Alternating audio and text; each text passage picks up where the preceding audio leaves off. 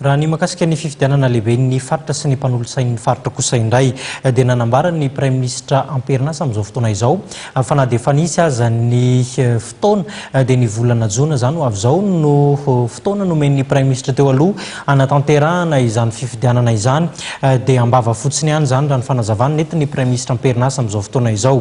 Ity Prime Ministre ity moa dia nanambara fa tsy lara-pamena ho an'ny gouvernemanta izay tarihany ny fanatanterahana izany fifidianana izany. Tsy mbola voafaritra treto na ho tanterahana amin'ity taona 2024 ity ny fifidianana eo anivon'ny faritra. Raha mivaly teny entin'ny Prime Ministre Androany tsy mbola vonona ny roso amin'ny fifidianana lehibe ny faritra sy mpanotsay-paritra ny gouvernemanta tarihiny. Ho avy hoy ny Prime Ministre ny fotoana ary amin'ny mahamety azy no ilazana ny fotoana.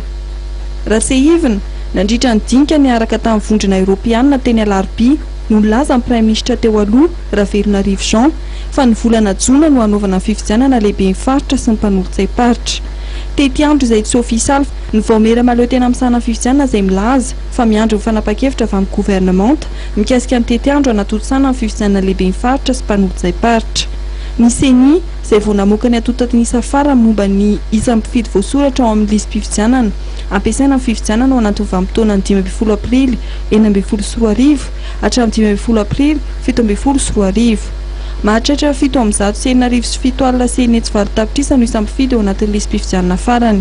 Listim-pifidianana izay nahitana fitombona 200 raha oharina tamin'ny listim-pifidianana teo aloha.